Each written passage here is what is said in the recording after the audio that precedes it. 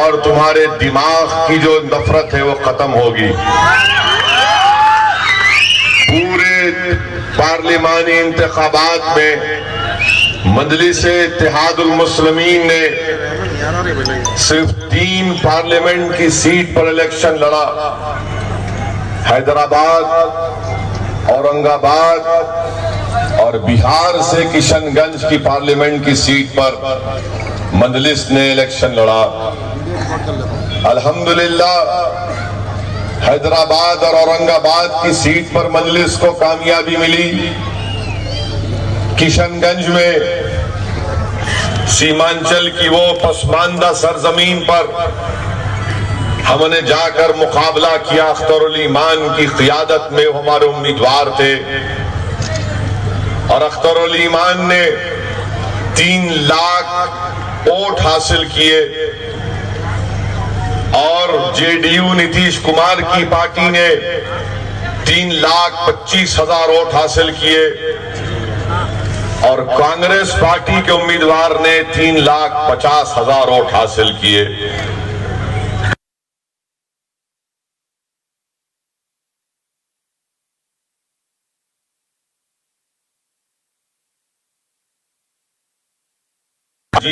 बिहार में अगर एक ही सीट कांग्रेस या लालू के इत्तेहाद को मिली तो वो किशनगंज की मिली।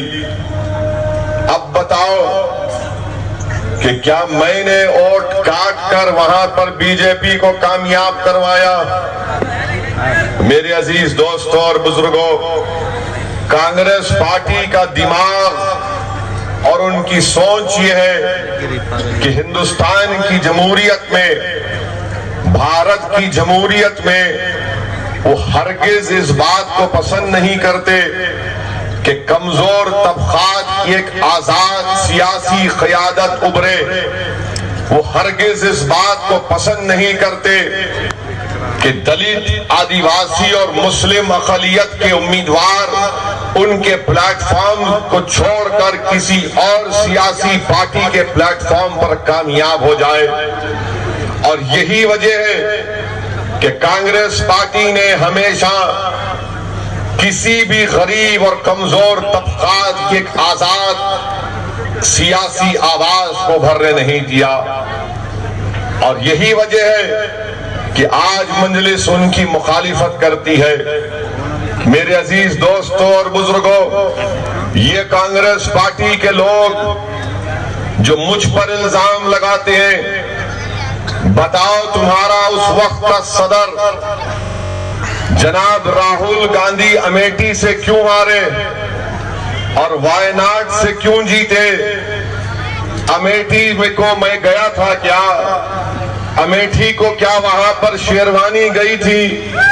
और जाकर अमेठी के लोगों को मैंने कान में आयतल कुर्सी का वजीफा पढ़ के फूका था क्या?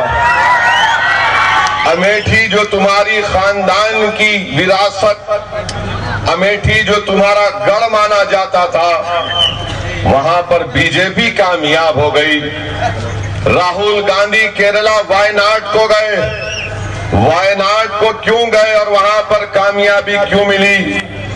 इसलिए मिली कि वायनाड में 40% से ज्यादा वोटर लिस्ट में अक़लियतों के नाम थे और इसी बिना पर उनको कामयाबी मिली। तुम अमेठी नहीं जीत सकते और तुम मजलिस पर इल्जाम और मुझ पर इल्जाम लगाते हो। कभी अपने गिरबान में झांक कर भी देख लो कि कितने ऐब और कितने गुनाह तुमने, तुम्हारे पास कितनी गंदगी है, तुमने कैसे कैसी हरकतें की। आप अंदाजा लगाइए कि गुजरात का ये असेंबली इलेक्शन हो रहा है, एक तरफ नरेंद्र मोदी, दूसरी तरफ उस वक्त के कांग्रेस के सदर, वो एक मंदिर को जा रहे तो दूसरा 2 मंदिर को जाता था। अगर कोई पैदल गया तो कोई गाड़ी में जाता था, अगर कोई 2 गाड़ी में गया तो कोई 10 गाड़ी में जाता था।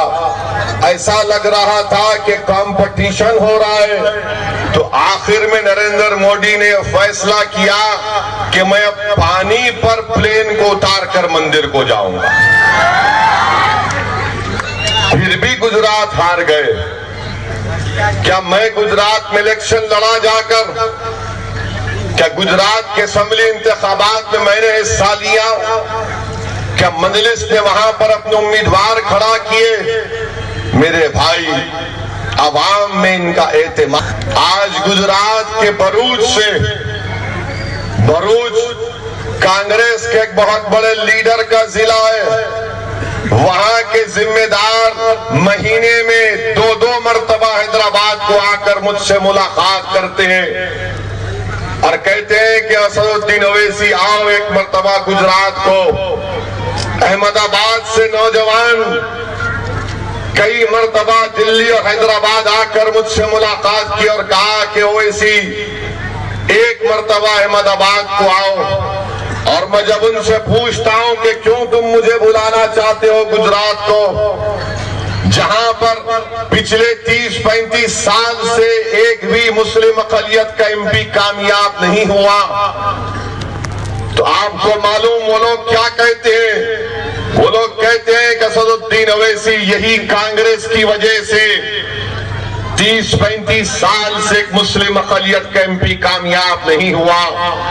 मैंने उनसे कहा कि तुम रुकने बल्दिया हो, तो उन्होंने कहा कि अब हमको घुटन महसूस होती है कांग्रेस पार्टी में। हमारी तड़प है, हमारी आरज़ू है कि मजलिस का झंडा लेकर हम